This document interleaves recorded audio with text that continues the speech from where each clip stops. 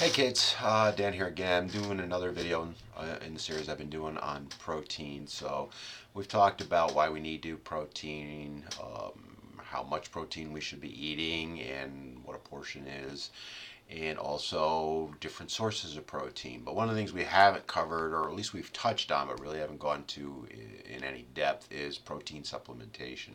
And I've talked about it in the past that one of the quick and easy ways to do it is through whey powder and stuff like that. And I'll talk a little bit about that in just a moment. But I wanted to talk about a common mistake that people make, which is they rely on protein bars. Now, the occasional protein bar is fine. There's nothing to worry about with it. If you need to grab and go something, let's say you're stopping at a local gas station or something, and you need something, the occasional protein bar is not necessarily a bad thing. That said, a lot of them are disguised candy bars. In fact, in many cases, you'd be better off eating a Snickers bar, believe it or not. They're pretty much the same amount of protein and actually less sugar, I know, a candy bar, than a lot of these protein bars. So the other day I was at getting some gas, and so I do a little experiment, and I just grabbed 3 random bars, didn't look at anything on them. I've eaten 1 or 2 of them in the past myself. As I said, occasionally I need to do that stuff. But I grabbed these 3 and I wanted to show you really what's in them. So first one I'm going to do, and this is not to pick on these particular manufacturers because they're all essentially the same, but first one I have, whoops, let me flip it, is Gatorade protein.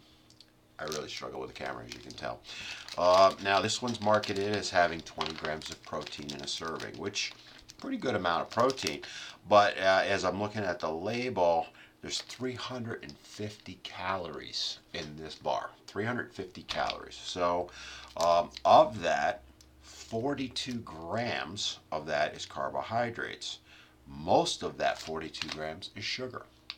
So again, when I talk about disguised candy bar, that's really what this is. Sure, it's got 20 grams of protein, but it's got a ton of sugar in it. And, this would be an example when I talk about you'd be better off with a Snickers bar. Less calories, a little bit less protein, but you'd actually be better off with a Snickers bar. So again, it's not to pick on that one. This was marketed more as a meal replenishment type bar, post-workout and that kind of stuff. But think about it. You jump on a treadmill, you jump on an elliptical, you do a boot camp style workout, you do whatever. Let's say you burn 300-400 calories in half hour, 45 minutes, an hour. Guess what, kids? You eat one of these, you just put it all back on and then some. So another bar that I found is Metrex. They actually have some decent products. Now this one is a little bit less. It's 330 calories with 10 grams of fat, which is a lot of fat in that. And again, a lot of these bars do have fat in it. It's not the good fats. Uh, Protein on this one, 30 grams. 30 grams was like my target number that I like to go to and recommend a lot of people target. But again, it's got 34 grams of carbs. Now again, kids, carbohydrates aren't bad. It's the type of carbohydrates that you got to worry about. Now in this particular case, it's not sugar, it's sugar alcohol. So what they did was, in order to reduce the amount of sugar in it, they used sugar alcohol. Don't know which one. I can look at the ingredients, but I'm not going to worry about that. So a lot of people struggle with sugar alcohol. It tends to bloat them, get some gassy, and some people just don't do well with it. Now, if you tolerate it well, and I'm actually one of those ones that does, great. It's a nice alternative, as I said, to occasionally do, but you don't want it to be your main source of protein. And then finally, I pulled up this one, which is Fit Crunch. This is one, I'm going to be honest with you, I find very tasty. It's the one I tend to grab if I'm in a rush. This one, though, 16 grams of fat in it.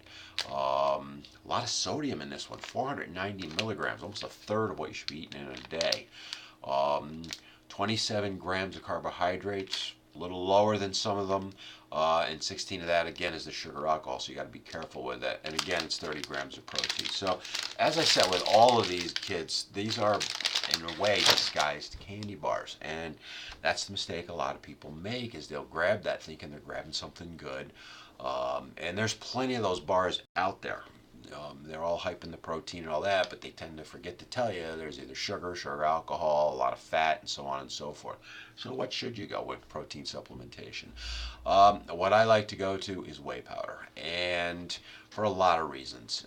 It digests quickly. It's a really good source of protein. I'm somewhat lactose intolerant, but when they process it, they remove the lactose out of it, so it doesn't affect me. It does, however, affect some people. So if you're intolerant to it, you've got to look for other sources. Soy would be a good one. Although it's getting a bad rap right now, a little bit of soy protein is not going to kill you, folks. And there's others. There's pea protein, there's rice protein, there's tons of them out there. But when it comes to whey, that's my go-to. And the thing with whey powder is you get what you pay for. So a lot of people like to go for those cheap ones sold at the local mega marts. I've seen them as low as $10 for a jug. And it's cheap protein, kids. And I'm not getting into the sources. There's a lot of people that argue you got to get grass fed. There's a lot of people that argue you want organic, blah, blah, blah, blah, blah. I'm just talking straight protein here. And, those cheap ones, they also include fillers in them. So the way to spot that is very simple. When you look at a protein powder, you want to see how many grams of protein, let's say per scoop, because most of them are 1 scoop servings. So you're going to take that number of grams and you're going to multiply it by 4. That will be the total number of calories that are protein in a product. Then you want to look at that number and compare it to the total number of calories in the product. So one of the ones I know of that I've used in the past myself, because I needed protein powder, was one called Body Fortress. It's sold at a few places, but Walmart was the big one. And that one, depending on the flavor, let's say it averaged about 170 to 200 calories per scoop. Thing was, it was 20 or 25 grams of protein. So let's use 25, because I like round numbers. 25 times 4 means 100 calories of the 200 was protein. What's the other 100? Kids, that's fillers. That's what they're putting in there. They're filling it with other stuff. Sometimes they'll claim they're putting BCAAs and other crap in there. Not that BCAAs are crap, but you get the idea with it.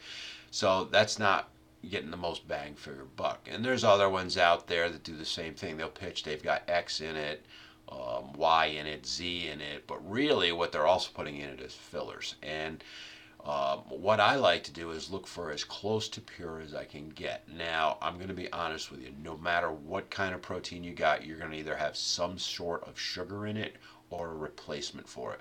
Why? Well, if you've ever had pure whey powder, and I have, it is the most god-awful, bland-tasting stuff in the world. So they have to put something in it to sweeten it. And it's not just the flavors. It's they'll put sugar, stevia, agave type stuff. They're all over the place with it. So again, you want to focus really on the quality of it. So the one that I use is the Rule 1, which is what we have here at my facility. And why do I like that? Well, it's sourced from good quality. Okay. They're not buying cheap protein. They have really high quality protein. It's reasonably priced, especially compared to some of the other ones. And depending on the flavor, most of them are 110 or 120 calories. The particular one I just held up is 110 calories. It's 25 grams of protein per scoop. So 25 times 4 is 100. So that means there's only 10 calories above the 100 of additional stuff, and that's the flavorings and all that stuff. So what is it? More than 90% pure protein, and that's what you want to look for. Again, people like different styles. You got to go by taste. You got to go by the chalkiness. Some people find some are more chalky than others. It really is a personal preference. I like the Rule 1. I'm sold on it. I use it and have used it for 2 years now, and I'm very pleased with the results. I think it's a very high quality product, especially for the price. Are there better ones out there? Yeah, I will tell you there are better ones out there. You're going to pay for it. We sell the Rule 1 for $49.95. I've seen whey powder for $150, $200 for the same amount of protein. Some of it is very high quality. It's organic, grass-fed beef. That's from certain types of cows and blah blah blah blah blah, and you're going to pay for that. And then there's the other ones that are out there from a certain beachy type company that's like $120 to $140 for the same amount of servings. Frankly, kids, you're not getting what you're paying for on it. Basically, what they're paying is for the marketing campaign that goes behind it and the salesperson that's selling it to you. So, again, focus on quality. Look for as much protein in a whey powder as you can get compared to the calories. If you're going to use the bars, an occasional substitute's fine. I would not make them a daily part of your nutrition program. Again, they're supposed to be meal replacements, and most people eat them as snacks. So if you have any questions, comment below. I'd be more than happy to answer them. And stay tuned for one final video on protein.